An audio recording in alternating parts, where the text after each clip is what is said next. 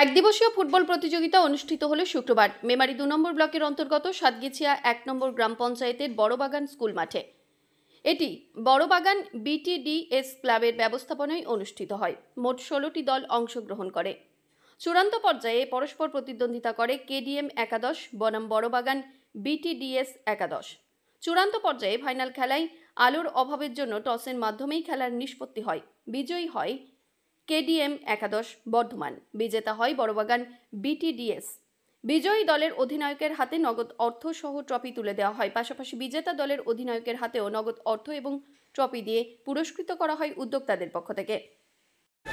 আজকে আমাদের এখানে একদিনের ফুটবল প্রতিযোগিতা ছিল। কাদের পক্ষ থেকে হলো ফুটবল প্রতিযোগিতা? এই খেলাটা আমরা সাতগেছিয়া বড়বাগান ট্রাইবেল ওয়েলফেয়ার সোসাইটির পক্ষ থেকে চালালাম।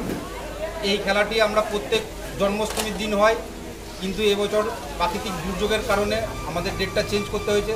সেই কারণে আজকে 30/8/2024।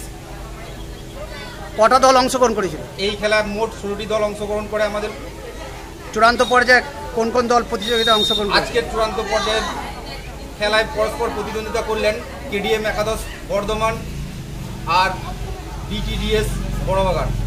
কোন দল বিজয়ী হয়েছে? বিজয়ী হয়েছেন কেডিএম একাদশ বর্ধমান। বিজয়ী দল এবং রানার্স দলকে সম্মান স্বরূপ কি প্রদান করলেন?